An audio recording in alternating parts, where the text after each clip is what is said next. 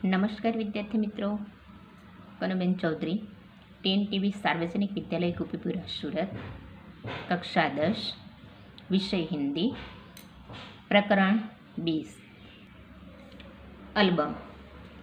Album कृति के लेखक हैं सुदर्शन।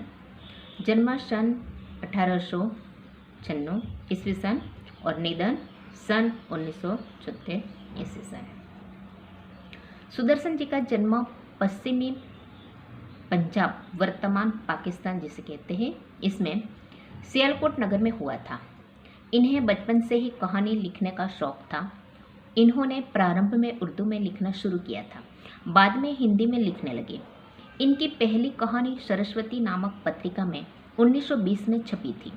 हिंदी कहानी क्षेत्र में प्रेमचंद के बाद सुदर्शन जी का नाम लिया जाता है। इन्होंने फिल्मों के लिए भी कहानियाँ लिखी, जिन पर सफल फिल्मों का निर्माण हुआ। सुदर्शन सुमन, पारस, पनघट इनके प्रसिद्ध कहानी संग्रह है। प्रस्तुत जो कहानी है, उस कहानी में पंडित सादीराम और लाला सदानंद के बीच जो आर्थिक व्यवहार हुआ, उसमें संबंधों को किस तरह बचाया गया, उसका मार्मिक वर्णन है। आजकल पैसों के कारण संबंधों में दरार पड़ जाती है। ऐसे समय में मानव मूल्यों का जतन करने की प्रेरणा इस कहानी से हमें मिलती है। तो हम कहानी देखते हैं कि पंडित सादीराम ने ठंडी आह भरी और सोचने लगे, क्या यह ऋण कभी सिर से न उतरेगा। वे गरीब थे, परंतु दिल के बुरे न थे। वे चाहते थे कि जिस तरह भी हो अपने यजमान लाला सदानंद का रुपया अदा कर दे। उनके लिए एक एक पैसा मोहर के बराबर था। अपना पेट काट कर बचाते, मगर जब 4 पैसे जमा हो जाते तो कोई न कोई ऐसा खर्च निकल आता था जिससे सारा रुपया उड़ जाता। सादीराम के हृदय पर बरछियाँ चल जाती थी और वे कुछ कर न पाते थे। अब यहाँ जो 2 व्यक्ति हैं, सादीराम और लाला सदानंद, उनके बीच रुपयों का व्यवहार होता था और उनके बीच ऐसा व्यवहार था कि जिसके कारण ये दोनों एक दूसरे के प्रति अपना लगाव रखते थे। यहाँ पंडित सादीराम ने लाला सदानंद के पास रुपये लिए थे, लेकिन ये रुपये अदा करने के लिए वे एक एक रुपया इकट्ठा करके पेट काट कर बचाते थे। लेकिन ये जब भी पैसा इकट्ठा कर लेते तो कोई ना कोई ऐसा कारण आ जाता था कि ये सारे पैसे खर्च हो जाते थे। यजमान यानी कि यजमान, इसका अर्थ ये होता है कि जो पुरोहित होता है, इससे धार्मिक कर्म हम करवाते हैं। तो ऐसे लाला सदानंद हैं और उन्होंने पंडित सादीराम को पैसे दिए थे। अब ये क्या करते थे कि अपना पेट काट कर पैसे जमा करते थे, लेकिन ऐसा होता था कि ये पैसा उड़ जाना यानी कि खर्च हो जाते थे और इससे वे बहुत दुखी होते थे और सादीराम सोचते ही रह जाते थे। इस तरह कई साल बीत गए। सादीराम ने पैसा बचाकर 80 रुपये जोड़ दिए। उन्हें लाला सदानंद के 500 रुपये देने थे। इस 80 रुपये की रकम से ऋण उतारने का दिन आता प्रतीत हुआ, परंतु उनका लड़का लगातार 4 महीने बीमार रहा। पैसा करके बचाए हुए रुपये दवा दारू में उड़ गए। पंडित सादीराम ने सिर पीट लिया।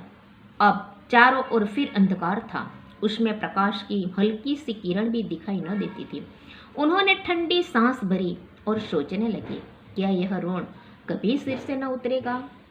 अब क्या होता है कि अब सादीराम ने अब एक एक पैसा बचाकर 80 रुपये बचाकर रखे थे। अब उन्हें लगता था कि ये पैसे मैं उन्हें लौटा दूंगा, लेकिन इतने में क्या होता है कि उनका जो बेटा है ये बीमार हो जाता है और सारे पैसे दवा दारू में लग जाते हैं। तब उन्हें बहुत तकलीफ होती है और उन्हें यहाँ अब ठंडी सांस भर ली यानी कि बहुत दुखी होते हैं और सोचने लगते हैं कि क्या मेरे सर से ये ऋण कभी नहीं उतरेगा। लाला सदानंद अपने पुरोहित की व्यवस्था को जानते थे। वे चाहते थे कि पंडित जी रुपये देने का प्रयत्न न करें। उन्हें इस रकम की जरा सी परवाह न थी। उन्होंने इसके लिए कभी तगादा तक नहीं किया। इस बात से वे इतना डरते थे मानो रुपये उन्हीं को देने हो। अब लाला सदानंद जानते थे कि पूरा पुरोहित की व्यवस्था क्या है, और ये व्यवस्था जानते थे, इसलिए वे इस व्यवस्था यानी कि लाचारी, ये लाचारी जानते थे कि ये पुरोहित ऐसे व्यक्ति हैं कि वे कभी भी ऐसा कर्ज नहीं रख सकते, लेकिन उनकी स्थिति ऐसी है, ये अच्छी तरह से जानते थे। और ये ऐसा भी प्रतीत करते थे कि ऐसा ये पुरोहित क्यों कर रहे हैं मुझे पैसे देने के लिए, ये पैसा न भी दे तो क्या होगा, इस तरह से वे सोचते थे। लेकिन पुरोहित ये ईमानदार व्यक्ति थे। अब सादीराम के दिल में भी शांति न थी। वे सोचा करते थे कि कैसे भले मानुष है जो अपनी रकम के बारे में मुझसे बात तक नहीं करते। खैर, ये कुछ नहीं कहते सो तो ठीक है, परंतु इसका तात्पर्य यह थोड़े ही है कि मैं भी निश्चिंत हो जाऊं। मेरी तरफ उनका रुपया निकलना है, मुझे देना ही चाहिए। अब लाला सदानंद कुछ नहीं कहते थे। तब सादीराम को भी ऐसा लगता था कि ये व्यक्ति कितने अच्छे व्यक्ति हैं, भले मानस हैं, कि भले मानस यानी कि भला आदमी है, और ये कभी भी मुझे पैसे के बारे में बात तक नहीं करते। लेकिन ये इसका तात्पर्य ये तो नहीं कि ये कुछ नहीं कहते तो मैं न दूँ, मुझे तो ये रुपये देने ही हैं। अब उनमें लाला सदानंद के सामने सिर उठाने का साहस न था। यदि लाला सदानंद ऐसी सज्जनता दिखलाते और सादीराम के बार बार अपने पैसे मांगते, तब शायद उनके दिल को ऐसा कष्ट न होता।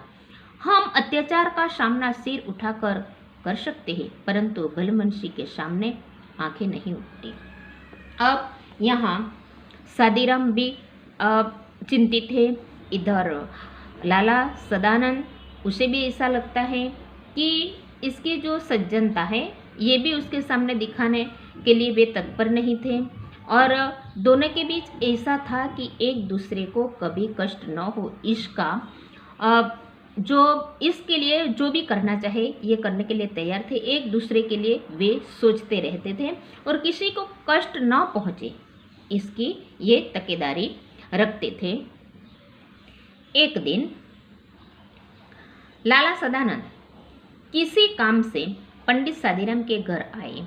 वहाँ उनकी अलमारी में कई 100 बंगला हिंदी और अंग्रेजी की मासिक पत्रिकाएं देखकर बोले, ये क्या है पंडित जी?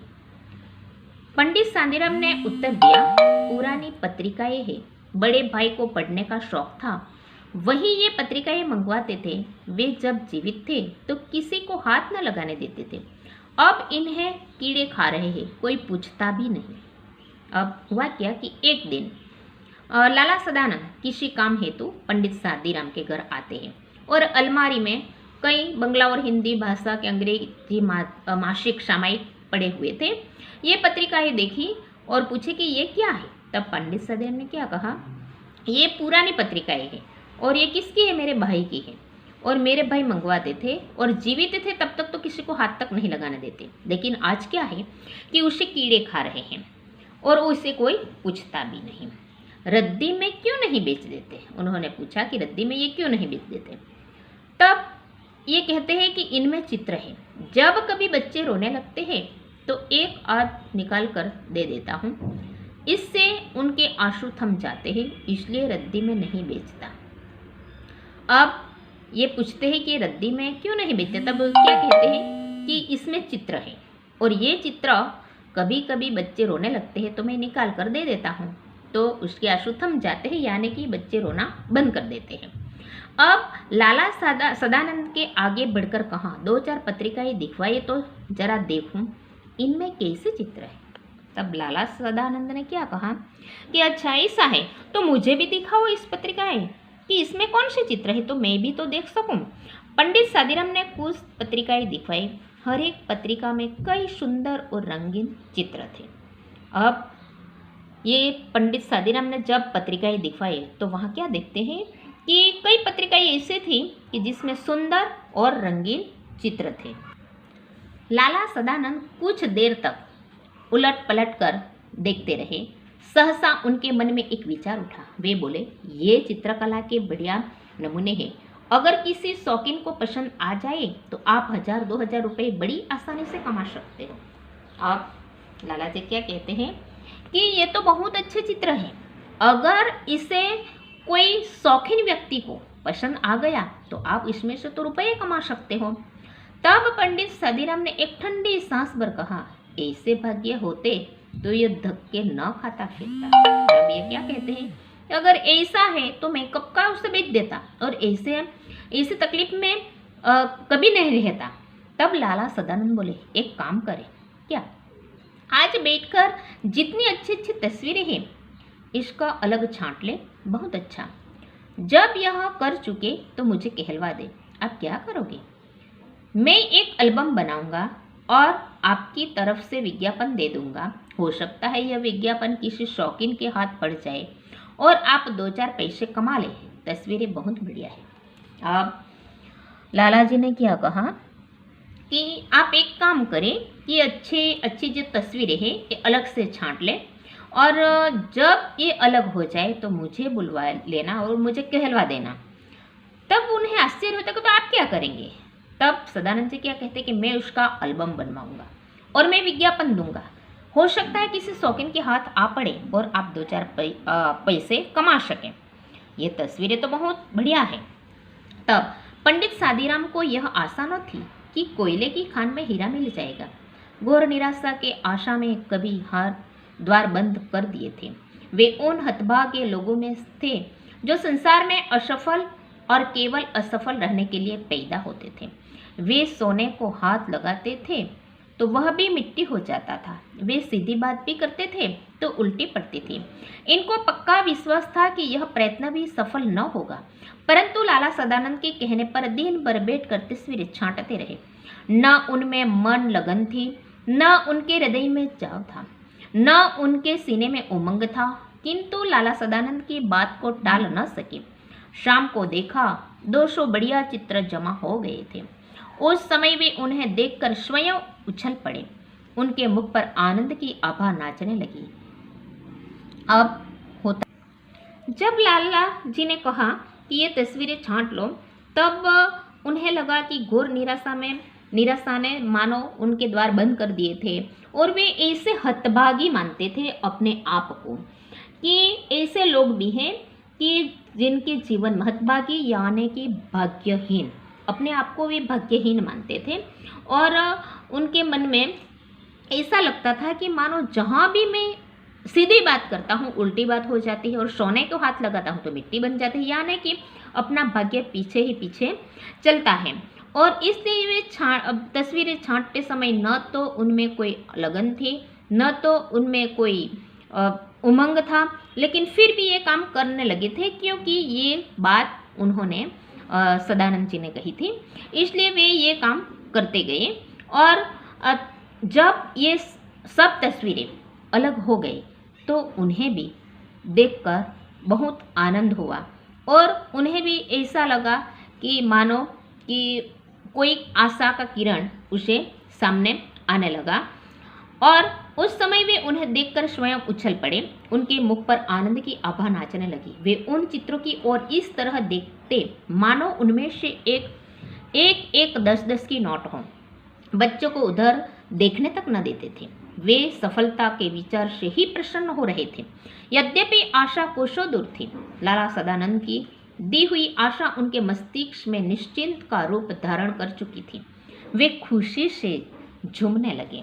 अब उन्हें मानो ऐसे आशा की किरण दिखाई देने लगे कि शायद ये जो एक चित्र है ये 10-10 की नोट ही है और इसलिए बच्चों को हाथ तक नहीं लगाने देते थे और प्रसन्न हो उठे और उसके मस्तिष्क में एक ऐसी अनिश्चित रूप धारण कर चुकी थी कि वे खूब खुश होने लगे और खुशी से झूमने लगे। लाला सदानंद ने चित्रों को एल्बम में लगवाया और समाचार पत्रों में विज्ञापन दे दिया। अब पंडित सादीराम हर समय डाकिये की प्रतीक्षा करते रहते थे। वे रोज सोचते थे कि आज कोई चिट्ठी आएगी। दिन बीत जाता, कोई चिट्ठी न आती थी। रात को आशा सड़क की धूल की तरह बैठ जाती थी। मगर दूसरे दिन लाला सदानंद की बातों से टूटी हुई आशा फिर जुड़ जाती थी। आशा फिर अपना चमकता हुआ मुंह दिखाकर इन्हें दरवाजे पर ला खड़ा कर देती थी। डाक का समय होता तो वे बाजार चल पड़ते थे और वहां से डाक खाने पहुंच जाते। इसी तरह एक महीना बीत गया। अब होता यह है कि लाला सदानंद ने चित्रों का एल्बम बनवा लिया, समाचार पत्रों में विज्ञापन दे दिया। अब इस पंडित सादीराम को आशा लगने लगी, इसलिए वे रोज प्रतीक्षा करते थे कि आज कोई ना कोई चिट्ठी आएगी। और ये क्या करते थे कि दिन ऐसे ही बीत जाते थे और सड़क की धूल की तरह उनकी आशा भी बैठ जाती थी। और ये दिन में ऐसे सोचते थे कि आज आएगी, कल आएगी, और डाक का समय होता तो बाजार निकल पड़ते थे। और ऐसी प्रतीक्षा में महीना बीत गया, लेकिन न कोई पत्र आया। पंडित सादीराम बिल्कुल निराश हो गए, मगर फिर भी कभी कभी सफलता का विचार आ जाता था, जैसे अंधेरे में जुगनू चमक आता है। जुगनू की यह चमक निराशा हृदयों के लिए कैसी जीवनदायिनी, कैसी हृदय हानि होती है। इसके सहारे भूले हुए मुसाफिर मंजिल पर पहुंचने का प्रयत्न करते हैं और कुछ देर के लिए अपना दुख भूल जाते हैं। इस झूठी आशा के अंदर सच्चा प्रकाश नहीं होता। यह दूर के संगीत के समान मनोहर जरूर होती है। इस वर्षा की कमी दूर हो न हो, परंतु इससे काली घटा का जादू कौन छीन सकता है। पंडित सादीराम ने आशा न छोड़ी, या यूं कहिए आशा ने पंडित सादीराम को न छोड़ा। दिन गुजरते गए। अब ये होता है कि महीना हुआ, कोई पत्र नहीं आता, लेकिन फिर भी सादीराम निराश नहीं होते। उन्हें सफलता का ही विचार आता था। और यहाँ उदाहरण दिया है जुगनू का। जुगनू यहाँ के अंधेरे में जुगनू जब चमक उठता है तो थोड़ी देर के लिए प्रकाश हमें मिल जाता है, और ऐसा होता है कि घोर अंधकार में हमें प्रकाश दिखने लगता है। इसी तरह यहाँ उसे एक जुगनू के समान जिंदगी के अंधकार में उन्हें आशा की किरण दिखाई पड़ती है, और उन्हें लगता है कि झूठी आशा में भी कभी कभी सच्चा प्रकाश दिखाई देता है। तो इस तरह से उन्हें लगता है कि ये शायद मुझे ये अच्छा ही होगा। और जिस तरह से वर्षा की कमी दूर हो न हो, लेकिन जब काली घटा बादलों को छाती है तो उसको तो कोई छीन नहीं सकता। इसी तरह से यहाँ उन्हें भी ऐसी आशा लगती है कि जो आशा है ये आशा की किरण है। उन्हें बार बार आशा का किरण इस तरह से दिखाई देते हैं कि मानो सफलता मेरे पास ही है। और इस तरह से दिन गुजरते गए। आखिर एक दिन सादीराम के भाग्य जागे। कलकत्ते के एक मारवाड़ी सेठ ने पत्र लिखा कि एल्बम भेज दो, अगर पसंद आ गया तो खरीद लिया जाएगा, मूल्य की चिंता नहीं, चीज अच्छी होनी चाहिए। यह पत्र उस करवट के समान था जो सोया हुआ आदमी जागने से पहले बदलता है और उसके बाद उठ बैठता है। यह किसी आदमी को करवट न थी, यह भाग्य की करवट थी। पंडित सादीराम दौड़े हुए सदानंद के पास पहुंचे और उन्हें पत्र दिखाकर बोले, आखिर आज एक पत्र आ गया है, भेज दो एल्बम। अब एक दिन ऐसा हुआ कि मानो उसका भाग्य जाग पड़ता है, और भाग्य जागा तो ऐसा जागा कि एक मारवाड़ी सेठ ने पत्र लिखा है कि एल्बम भेज दो, और ये भी कहते हैं कि चित्र अच्छे होने चाहिए, पैसे की चिंता मत करना। तो उन्हें बहुत अच्छा लगता है और ये ऐसा सोचने लगते हैं कि आज तो मेरा भाग खुल गए हैं, और ये दौड़ते हुए सदानंद के पास पहुंचते हैं और पत्र दिखाते हैं। अब 6 महीने बीत गए। लाला सदानंद बीमार थे। पंडित सादीराम उनके लिए दिन रात माला फेरा करते थे। वे न वैद्य थे, न डॉक्टर और न ही हकीम। उनकी औषधि माला फेरना ही थी, और वह काम वे अपनी आत्मा की पूरी शक्ति अपने पूरे मन से कर रहे थे। उन्हें औषधि की अपेक्षा आशीर्वाद और प्रार्थना पर अधिक भरोसा था। सोचते थे दवा से दुआ अच्छी। अब थोड़े ही दिनों में 6 महीने बीत गए और लाला सदानंद बीमार पड़े। तो पंडित सादीराम उनके लिए कि लाला सदानंद अच्छे हो जाए, इनके लिए भगवान को प्रार्थना करने लगे, माला फेरने लगे। और न वैद्य था न डॉक्टर था, फिर भी ये ऐसा मानते थे कि भगवान की दुआ ही दवा से बहुत अच्छी है, सबसे अच्छी है, और भगवान पर उन्हें ज़्यादा भरोसा था। एक दिन लाला सदानंद चारपाई पर लेटे थे। उनके पास उनकी बूढ़ी माँ उनके दुर्बल और पीले मुंह को देखकर अपनी आंखें को आंसू अंदर ही अंदर पी रही थी। थोड़ी दूरी पर एक कोने में उनकी नवोढ़ा स्त्री घूंघट निकाले खड़ी थी और देख रही थी कि कोई काम ऐसा हो नहीं जो रह गया हो। पास पड़ी चौकी पर पंडित सादीराम बैठे रोगी को भगवत गीता सुना रहे थे। होता यह है कि लाला सदानंद चारपाई पर लेटे थे। चारपाई यानी कि 4 कोने वाला एक पलंग, जिसे हम चारपाई कहते हैं, और वहाँ पे लेटे हुए थे और उनकी बूढ़ी माँ पास में बैठी हुई थी। उनकी पत्नी भी इधर उधर काम को देख रही थी और पास में चौक पर पंडित सादीराम रोगी को भगवत गीता सुना रहे थे। एकाएक लाला सदानंद बेसुध हो गए। पंडित जी ने गीता छोड़ दी और उनके सिरहाने बैठ गए। स्त्री गर्म दूध लाने के लिए अंदर दौड़ी और माँ घबरा कर बेटे को आवाजें देने लगी। इस समय पंडित जी को लगा कि रोगी के सिरहाने के नीचे कोई चुभती हुई चीज रखी है। उन्होंने नीचे हाथ डालकर देखा तो उन्हें आश्चर्य की सीमा न रही।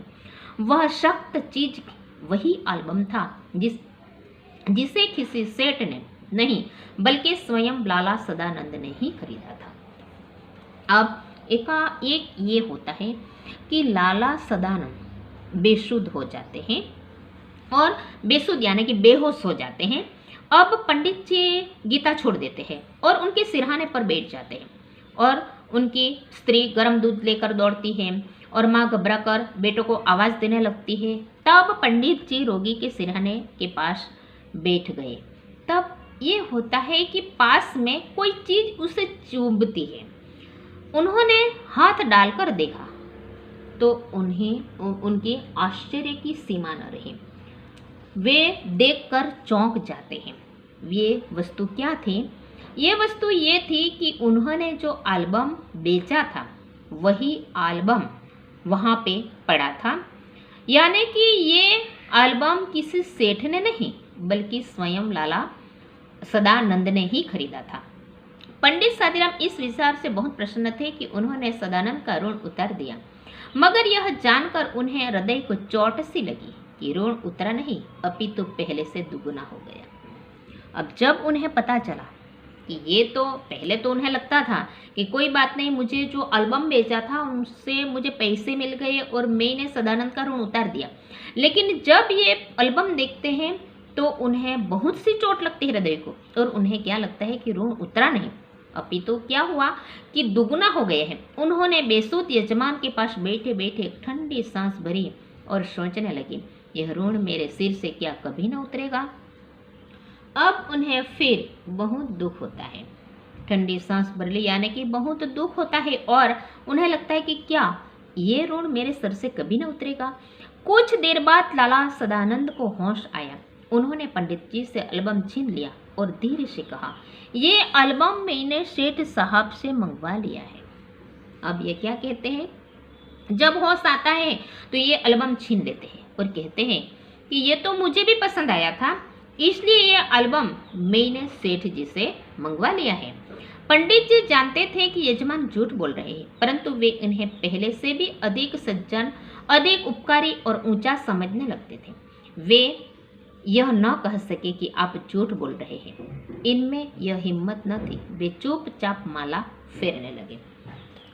अब पंडित जी को मालूम हो गया था कि ये तो पंडित जी की पीड़ा समझकर ही उन्होंने ऐसा किया था, और ये अभी एल्बम मैंने सेठ जी से मंगवाया है, ये झूठ बोल रहे हैं। लेकिन झूठ बोल रहे हैं ये कहने की पंडित जी में हिम्मत न थी, क्योंकि पहले से ही वे अधिक सज्जन और उपकारी और ऊंचा समझने लगे थे। इसलिए वे सिर्फ चुपचाप रहे और माला फेरने लगे। तो विद्यार्थी मित्रों, हमने देखा कि इस कहानी में आर्थिक लेन देन में बहुधा ऋण देने वाले और ऋण लेने वाले लोगों के बीच किसी न किसी मुद्दे पर कटुता आ जाती है। लेकिन ये जो प्रस्तुत कहानी है इसमें आर्थिक व्यवहार से संबंधित है, पर इसमें ऋणदाता और ऋण लेने वाले व्यक्ति के आपसी संबंधों को बनाए रखने की मार्मिक वर्णन किया गया है। इतना ही नहीं, कहानी में ऋणदाता स्वयं ऋण लेने वाले व्यक्ति को ऋण अदा करने की सहायता भी करता है। तो अब हम शब्दार्थ देख लें। ऋण यानी कि कर्ज, उधार। अदा करना यानी कि चुकाना। विवशता यानी कि मजबूरी। परवाह यानी कि चिंता। हतभागे यानी कि अभागे। भाग्यहीन यानी हतभागे यानी कि अभागे और भाग्यहीन। आभा यानी कि चमक। जीवनदायिनी, जीवन देने वाली। हृदय हारिणी यानी कि मन को लुभाने वाली। चिरंजीवी यानी कि बहुत समय तक जीवित रहने वाला पुत्र। वैद्य यानी कि आयुर्वेदिक चिकित्सक। दुआ यानी कि प्रार्थना, विनंती, आशीष। बेसुध यानी कि बेहोश। मुहावरे भी देख लेते हैं। ठंडी आह भरना यानी कि दुखी होना। पेट काट कर बचाना यानी कि थोड़े खर्च में काम चलाना। हृदय पर बर्छियां चलाना यानी कि अत्यधिक चुभने वाली बात कहना।